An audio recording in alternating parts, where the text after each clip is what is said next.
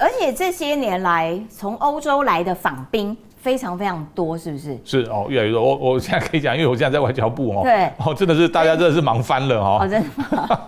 我不跟你讲这个数字啊哈，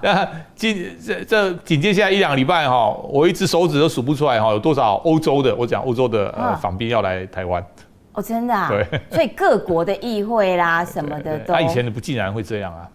以前那他们对台湾这么的好奇，就对了，很多都是第一次来，都要来台湾打个卡，对，然后回去他们就会在证上面更有东西可以说嘴，就对了，是这样吧？他们来亲身见到了哈，那他们回去就会讲的很多那来看一个成功的故事，其实大家都喜欢嘛，对，那所以我们台湾这样子一点一点小碎步往前进，希望只要这个政策可以一直下去。希望有一天可以加入各种的国际组织，我想国家正常化，正常化。好，那刚刚讲到中国的这些因素，你刚刚提到了南非啦，我们南非大使馆到底是为什么突然间被人家说你给我搬家，你给我撤离？因为南非这几年来发展，它就是跟中国靠得比较近。那我们也知道，南非是金砖四国，本来金砖 BRICS 其中之一嘛。对。那所以跟中国的关系就越来越深。那中国是不会放弃任何一个可能性来打压台湾的了。我想大家对这方面一定要有清楚的认知。可是我们在南非，我们的关系呢就没有办法抵挡说我们一定得搬吗？如果你看现在南非跟中国的政治关系、经济关系，那确实我们现在跟南非的经贸关系其实很多国家，你说真的只要比这个绝对值这种数字中国是世界第2大强权啊那我们确实是用量是没办法比，所以台湾常常比是值嘛。对如果比如说需要台积电，这是值的问题嘛。对那如果这是太关键了。我们有时候或许可以去玩这个所谓关键的少数啊。那现在我们有跟南非在磋商，所以有转圜的余地吗？正在努力，还在努力。对，因为中国对非洲的这个着力非常非常的深，没错，有一些非洲的一些小国家，他们“一带一路”啊什么，可是“一带一路”已经被证明很多都是失败的经验，但是还是没有办法扭转说非洲跟中国的交情的深厚程度吗？一带一路是失败的经验，可是对某些人，我现在不讲某些国咯对于某些人，如果有金钱上的的诱惑，它仍然是有效的我只要有抓到决策者那更何况民主国家其实决策者有时候比较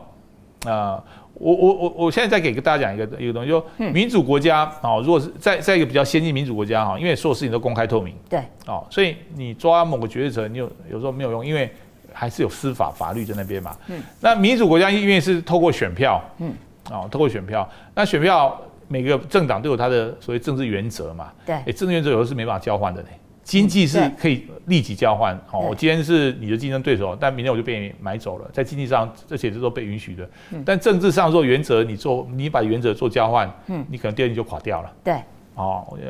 所以我们台湾比如各政党都有他自己本身的政治价值嘛。对，如果他的政治价值后来就把它也拿来做交换，这是为什么台湾内部其实蛮多冲突的，因为有很多是意识形态的不一样嘛那交换了另外一个政党可能就垮掉了。所以在很多我们不要特别指明哪些国家为什么“一带一路”可以运作的？其实你可以看到，生产运作仍然是在一些比较国家运作不好的。但如果是那个国家是一个比较成熟的，中国就走不下去了嘛，意大利嘛。对，意大利就退出了嘛，对不对？对，所以“一带一路”有些开始是有些比较先进国家，它被中国的那个promise， 就是它的承诺。说那不错，一起来走。可后来发现他实在无法去承诺这些事情，所以他们就改抓人就是中国人对，没错，就不从国就从人你一旦抓到人那个决策者，那你其实国家怎么样？其实那些人有时候我短期利益有拿到，那就可以了。那所以在外交的这个领域上面就是大家都会提到一件事情，因为譬如说欧洲，我刚刚提的说很多欧洲的访团都会来，那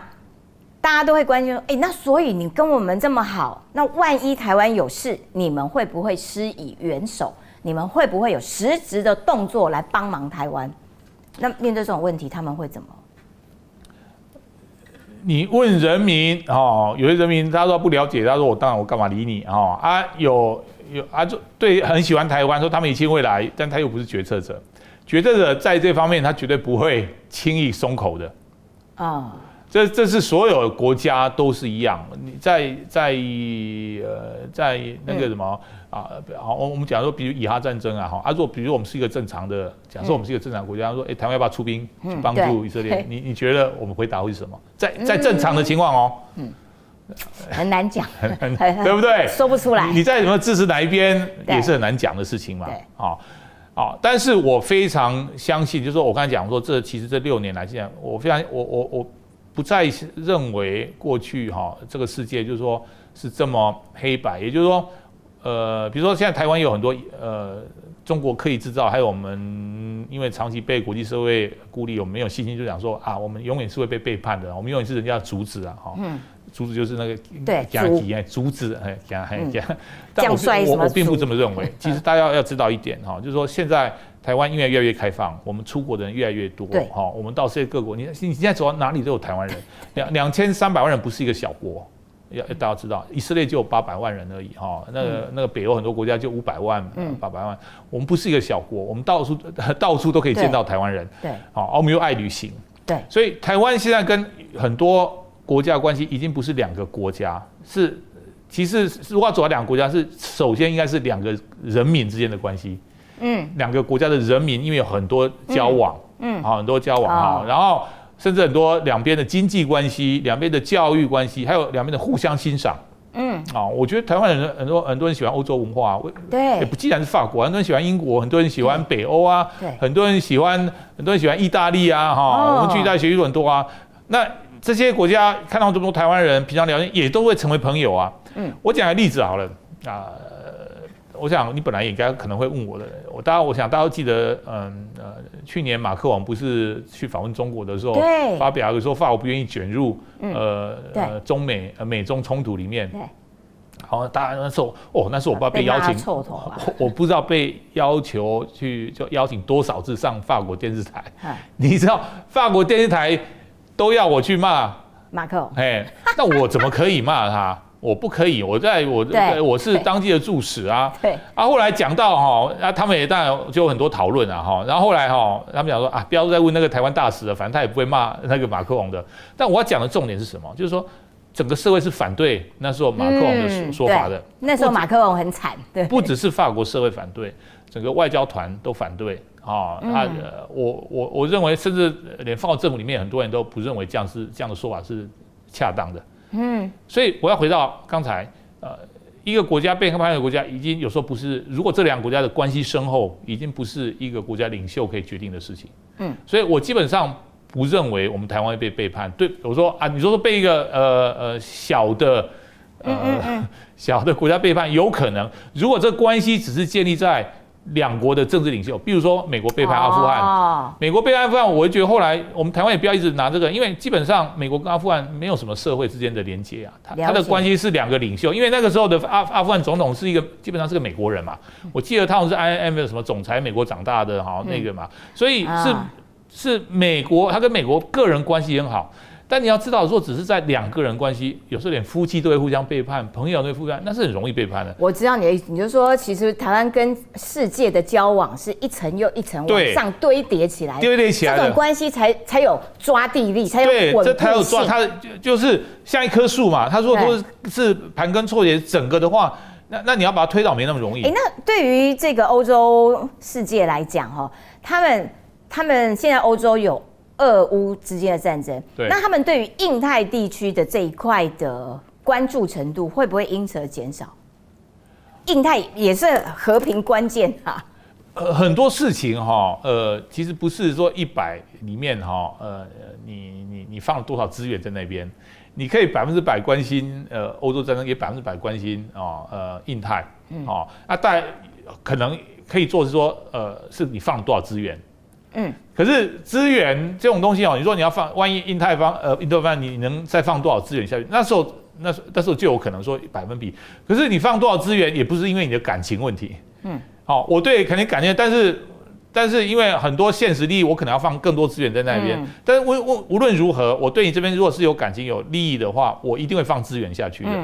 所以我回到刚才，欧洲当然非常 care 那现在乌克兰战争，希望早点结束他们可以不要再花这么多金钱在这个战争上面。但是他同时他也会，我可以讲，他已经尽全力在维护印太地区。只不过现在印太地区是没有战争的所以他们现在一个非常大的利益。而且说，我可以讲说，这是整个欧洲国家是极端大的利益，就是印太地区不能有战争，要不然会变成第3次世界大战。你可以想象，乌克兰就欧洲地区打仗，亚太地区打仗，然后那个中东地区打仗，那不就是第3次世界大战吗？现在人类怎么会愿意再打一次世界大战？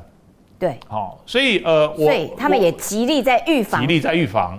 极力在预防有时候不是钱的问题，有的是不断是政治的一个攻防，外交的攻防嘛。要不然如果政治攻防不需要，以后反正我们就说你有多少钱，我多少钱，我们就这样，其实这样世界就简单多了。不过世界也会蛮痛苦的，所有东西都大国赢。但你可以看到，真正的外交世界不是说钱多、权力大或大国一定赢啊。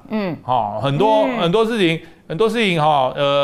其实小国它有关键角色啊，它也可以。你如果说全部都大的赢，那以色列在阿拉伯世界早就无法生存了嘛，人口也没人家多。你如果把阿拉伯世界所有军队加起来，